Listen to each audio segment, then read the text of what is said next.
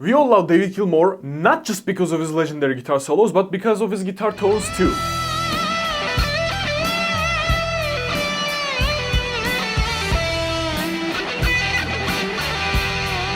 But we've been talking about them for years. Now, in this video, I'm gonna talk about 4 guitar tones that David Gilmour got that are very specific and very unique. For the first tone, we're gonna go back to 1973 to the Dark Side of the Moon album. There's a very underrated track there that's called Any Color You Like, and there are 2 guitars there actually, and I highly recommend you check out my cover if you haven't already. Now, on this rare occasion, I'm not 100% sure if David Gilmour used Univibe for that sound, fast Univibe, or a Leslie 147, but I think it's a Univibe and you have to set the Univibe very fast. For this sound, I'm gonna use my vibe machine from Drybell, no affiliation. You're gonna see the settings on the screen and let's hear it.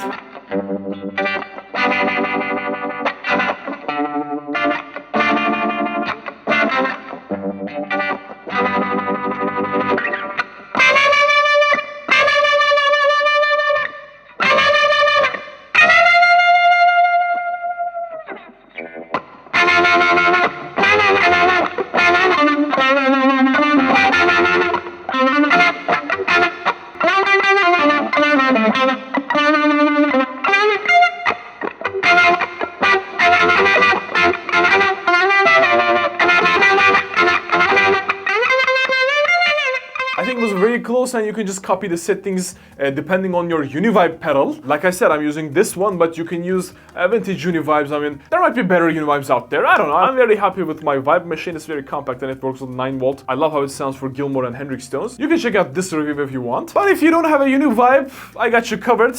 Well, you can use a phaser, a vintage phaser, but I highly recommend you get the MXR script logo version of it. I'm not saying it's gonna get as close as Univibe, but if you're on a budget and you like have a cigar, shine on your crazy diamond, and you got this pedal over the Univibe, you can use this pedal too.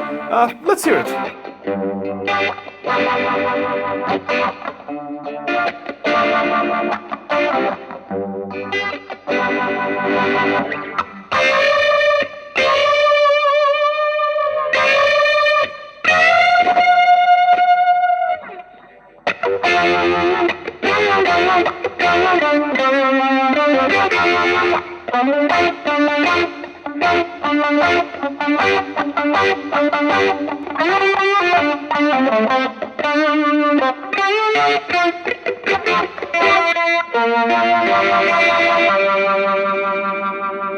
Alright, before we move on to the next song, I just want to remind you that you can learn almost any Pink Floyd and David Gilmour song at my Patreon. Hundreds and hundreds and hundreds of people are already there learning almost every Pink Floyd and David Gilmour song with tabs, backing tracks, and spot-on tone guides with pedal alternatives and everything. We're finishing every Pink Floyd and David Gilmour song there, and you guys are voting for it. If you're even slightly interested in David Gilmour and Pink Floyd, I know you're gonna love my page. We're going album by album, finishing everything, and only you are missing there. If you're interested, check it out. Links down below, pinned in the first comment. Alright, you guys are probably loving this solo. We're gonna talk about Dog's main solo. Now, as far as I know, David Gilmour started using Big Muff and Yamaha rotating speaker around 1976, and he was using both of them during Animals recordings. Especially for that wet Dog's first solo sound, you need a rotary.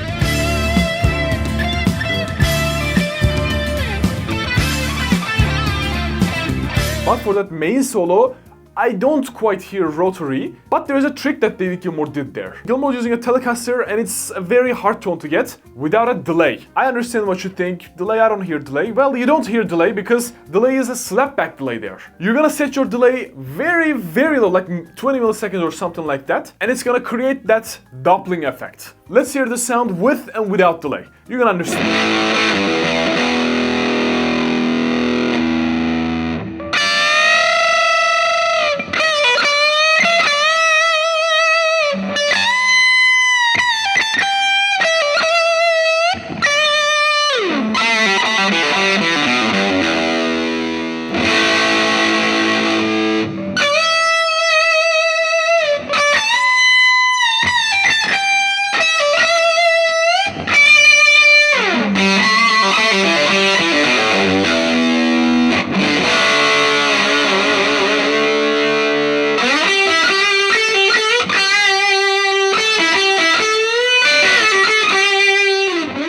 third tone, we're gonna go back mid-80s to Paul McCartney's album. There's a song there that's called No More Lonely Nights. I really like that song. I really like to sing it. I really like to play it too. And the guitar work is done by David Gilmour. And that guitar tone is, oh my god!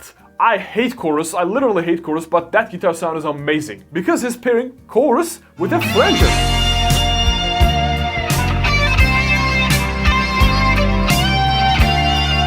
I don't think it matters which one goes first, but I'm gonna use my chorus first. But I mean, let's test both ways. I'm gonna use flanger first and chorus first. I mean, you see the service? You see the service? It's unbelievable.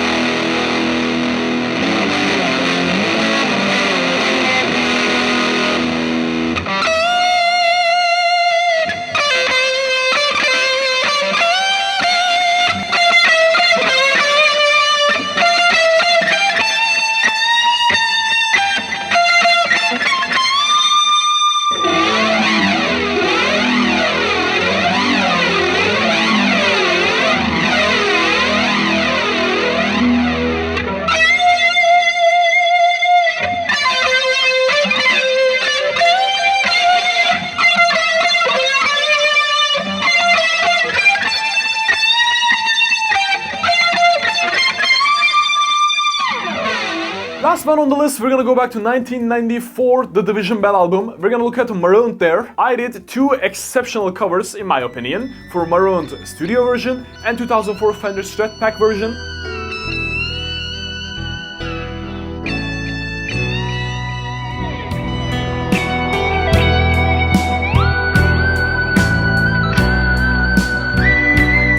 For both tones, I used this one, not affiliated, Digitech Whammy. You gotta use this one octave up, that's how David Gilmour used it, and you gotta use your feet a lot during the song. Fun fact, there is a song called The Ballou on 2006 On Island album. David Gilmour used exactly the same pedal with exactly the same setting, one octave up on that song too. If you're interested in learning these songs, just head over to my Patreon.